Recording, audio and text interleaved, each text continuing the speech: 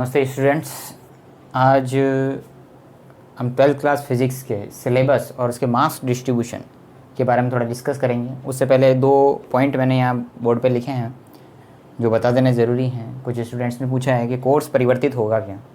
जी नहीं, सत्र 2020-21 में कोर्स परिवर्तित नहीं होगा, इसलिए हम पुरानी किताबें ही काम में ले सकते हैं। ये बात क्लियर कर देता हूँ, किसी प्रकार का कोई कोर्स परिवर्तित नहीं होगा और कोर्स परिवर्तन का कोई तुक भी नहीं है, क्योंकि फिजिक्स या साइंस जैसे सब्जेक्ट्स में किसी प्रकार का कोर्स को परिवर्तित करना, उसमें कुछ चेंजेस करना बहुत मुश्किल काम है।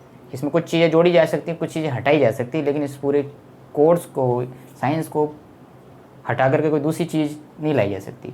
तो इस बारे में निश्चिंत रहिए कि कोर्स में कोई परिवर्तन होगा या क्या होगा, कुछ नहीं होगा। कोर्स होगा वही है और वही हम पुरानी किताबें इस्तेमाल करेंगे। यही किताब हमारी यूज़ में आएगी इस साल भी, भौतिक विज्ञान कक्षा 12, जो मार्केट में अवेलेबल है और स्कूलों में भी मिलती है, गवर्नमेंट स्कूल में दी जाती है। यूनिट फर्स्ट, उसको कहते हैं स्थिर विद्युतिकी। स्थिर विद्युतिकी में 4 चैप्टर इंक्लूड किए गए हैं हमारी टेक्स्ट बुक में। पहला चैप्टर विद्युत क्षेत्र, दूसरा है गाउस का नियम एवं उसके अनुप्रयोग, तीसरा है विद्युत विभव, चौथा है विद्युत धारिता। इन चारों चैप्टरों को मिला करके बोर्ड के पेपर में 7 मार्क्स के टोटल क्वेश्चन आते हैं। हमें पता ही, मैंने उस साइड में इधर लिख दिया है कि हमारा जो टोटल जो बोर्ड का पेपर होता है, क्वेश्चन पेपर, वो 56 नंबर का आता है। प्रैक्टिकल हमारे 30 नंबर के होते हैं। 17 अंक जो स्कूल से भेजे जाते हैं वो 14 नंबर में से मार्क्स भेजे जाते हैं।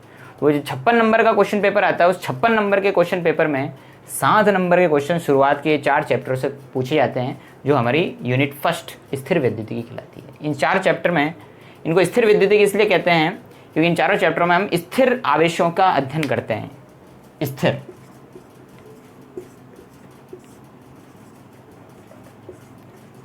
यानी ऐसा आवेश जो स्थिर है, गति नहीं कर रहा है, एक जगह पे स्टेशनरी है। तो ऐसे आवेशों का जब अपन अध्ययन करते हैं तो उसको बोलते हैं स्थिर विद्युतिकी, और ये उसके 4 चैप्टर हैं। सेकंड हमारी यूनिट है धारा विद्युतिकी, इसकी जस्ट ऑपोजिट। ये स्थिर विद्युतिकी, ये धारा विद्युतिकी।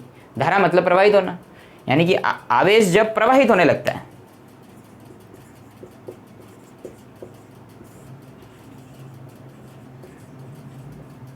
तो आवेश जब प्रवाहित होने लगता है और जब हम उस आवेश का अध्ययन करते हैं, प्रवाहित आवेश का, तो हमारा धारा विद्युतिकी कहलाता है। और धारा विद्युतिकी में 2 चैप्टर ऐड किए गए हैं। एक तो है विद्युत धारा, दूसरा है विद्युत परिपथ। ये 2 चैप्टर इसके इंक्लूडेड हैं। और इसमें जो मार्क्स डिस्ट्रीब्यूशन है वो 5 मार्क्स, 5 नंबर के क्वेश्चन सेकेंड यूनिट से पूछे जाते हैं। अगली जो हमारी यूनिट है, यूनिट थर्ड, उसके अंदर एक ही चैप्टर आता है, विद्युत धारा एवं विद्युत धारा के चुंबकीय प्रभाव। हमको पता है, हमने पढ़ रखा है इसके बारे में। जब किसी भी चालक धातु में विद्युत धारा प्रवाहित होती है तो वो धातु चुंबकीय प्रभाव दर्शाती है। एक छोटा एक्सपेरिमेंट हमने किया था, कील को तार के साथ लपेट करके उसके जब विद्युत धारा प्रवाहित करते हैं तो छोटी छोटी लोहे की वस्तुओं को वो कील आकर्षित करने लगती है, जिससे हमें पता चलता है जब भी किसी धातु में विद्युत धारा प्रवाहित होती है तो उसके चारों ओर विद्युत क्षेत्र उत्पन्न हो जाता है। तो उस चुंबकीय क्षेत्र उत्पन्न हो जाता है। तो उस चुंबकीय क्षेत्र का जब हम अध्ययन करेंगे, वो हम अध्ययन करेंगे विद्युत धारा के चुंबकीय प्रभाव के अंतर्गत। और इसके अंदर एक ही चैप्टर है और ये पूरा का पूरा एक चैप्टर 5 मार्क्स कंटेन करता है। अगली यूनिट है यूनिट 4। यूनिट 4 में भी एक ही चैप्टर है, चुंबकत्व एवं चुंबकीय पदार्थों के गुण। प्रकृति में जो प्राकृतिक रूप से जो चुंबकीय पदार्थ पाए जाते हैं, जैसे लोहा, निकल, कोबाल्ट, इन पदार्थों का जो अध्ययन है वो हम इस चैप्टर में करेंगे। किस तरह से कोई लोहे की वस्तु चुंबक बन जाती है, और इन चीज़ों का जब, ये टोटल 3 मार्क्स का चैप्टर है। सबसे कम मार्क्स का यही चैप्टर है, और ये भी इम्पोर्टेंट है, बहुत बड़ा चैप्टर है ये, पर इसके मार्क्स बहुत कम हैं। खैर, अगला हमारा यूनिट है यूनिट 5। यूनिट 5 के अंदर 2 चैप्टर आते हैं। चैप्टर नंबर 9 विद्युत चुंबकीय प्रेरण और चैप्टर नंबर 10 प्रत्यावर्ती धारा। ये दोनों चैप्टर एक दूसरे से को रिलेटेड है और इन दोनों को मिलाकर के 7 मार्क्स के क्वेश्चन बोर्ड में पूछे जाते हैं। और ये दोनों चैप्टर उस चीज़ से संबंधित हैं कि हम विद्युत धारा का उत्पादन किस तरीके से करते हैं। इन चैप्टरों में, तो इस चैप्टर में हमने देखा कि विद्युत धारा से चुंबकीय क्षेत्र उत्पन्न होता है, इन चैप्टर में हम देखेंगे कि कैसे चुंबकीय क्षेत्र की मदद से विद्युत धारा को उत्पन्न किया जा सकता है। चुंबकीय क्षेत्र, इसलिए इसका नाम भी ऐसे ही, विद्युत चुंबकीय प्रेरण। चुंबकीय क्षेत्र की प्रेरण से विद्युत कैसे उत्पन्न हो, इसके बारे में जो हम अध्ययन करें। और जो विद्युत उत्पन्न होगी वो होगी प्रत्यावर्ती धारा। वो कैसी विद्युत होगी? प्रत्यावर्ती। तो ये दोनों चैप्टर साथ में हैं, उनके 7 मार्क्स के क्वेश्चन पे। यूनिट 6 है हमारी प्रकाशिकी, यानी हम यहाँ पर ऑप्टिक्स से रिलेटेड हमारे पास 2 चैप्टर हैं, चैप्टर 11, चैप्टर 12। 11 है किरण प्रकाशिकी, 12 है तरंग प्रकाशिकी।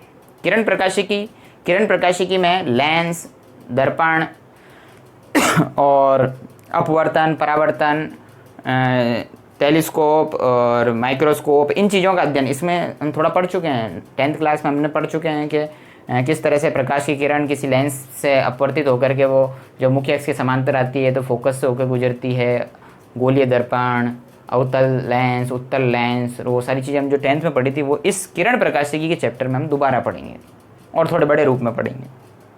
तरंग प्रकाशिकी, ये तरंग प्रकाशिकी वेव ऑप्टिक्स, ये भी एक नया कंसेप्ट है।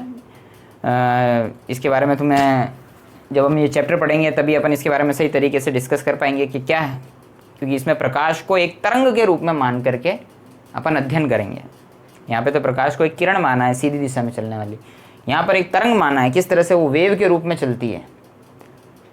तो ये जो दोनों चैप्टर हैं, यह हमारी यूनिट 6 है, ये टोटल मिलाकर के 9 मार्क्स की है, 9 मार्क्स के क्वेश्चन पूछे जाते हैं। यूनिट 7 प्रकाश, विद्युत प्रभाव एवं द्रव्य तरंग है। ये अब मैं यूनिट मॉडर्न फिजिक्स का चैप्टर है, ये एक ही चैप्टर है इस यूनिट में, मॉडर्न फिजिक्स का चैप्टर है। इसमें अपन प्रकाश विद्युत प्रभाव, जहाँ से क्वांटम फिजिक्स की शुरुआत होती है, क्वांटम मैकेनिक्स की शुरुआत जिस एक्सपेरिमेंट को एक्सप्लेन करने से होती है वहाँ, और द्रव्य तरंगें, फिर आगे जैसे जैसे वो फिजिक्स आगे डेवलप होती है तो द्रव्य तरंग तक हम पहुँचते हैं। तो इस चैप्टर बहुत ही इंटरेस्टिंग चैप्टर होने वाला है, ये बहुत अच्छा चैप्टर, इसको हम पढ़ेंगे। ये 4 मार्क्स का चैप्टर होगा।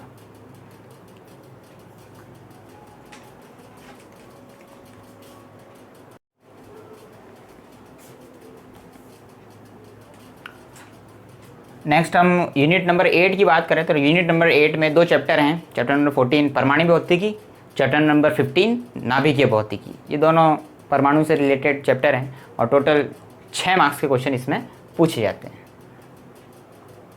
इस परमाणु भौतिकी में हम परमाणु के जो बाह्य कोश होते हैं उनका अध्ययन करेंगे। नाभिकीय भौतिकी, जो कोश के अंदर और जाते हैं तो जो नाभिक हैं यहाँ पर प्रोटॉन और न्यूट्रॉन होते हैं, तो प्रोटॉन और न्यूट्रॉनों का अध्ययन नाभिकीय भौतिकी, और सिर्फ इलेक्ट्रॉन का अध्ययन जब हम करेंगे वो हमारे परमाणु भौतिकी में आएगा। 6 मार्क्स का। यूनिट 9 में सिर्फ एक चैप्टर है, चैप्टर 16 इलेक्ट्रॉनिकी या इलेक्ट्रॉनिक्स। 16 मार्क्स के क्वेश्चन इसमें पूछे जाएंगे। इलेक्ट्रॉनिकी में हम डायोड, ट्रांजिस्टर और जेनर डायोड और amplifier, gates, logic gates, Boolean गणित, ये सारी चीज़ें पढ़ेंगे। यूनिट 10 में हम एक ही चैप्टर है, मॉडर्न फिजिक्स का चैप्टर है, ये भी विद्युत चुंबकीय तरंगें, संचार एवं समकालीन भौतिकी। ये 4 मार्क्स का ये चैप्टर है टोटल, और ये आपका पूरा टोटल सिलेबस है जिसमें 10 यूनिट हैं, 17 चैप्टर हैं, टोटल मिलाकर के 56 नंबर का पेपर होगा। और ये सारे जो मार्क्स हैं अलग अलग चैप्टर के यूनिट वाइज बता दिए जाते हैं।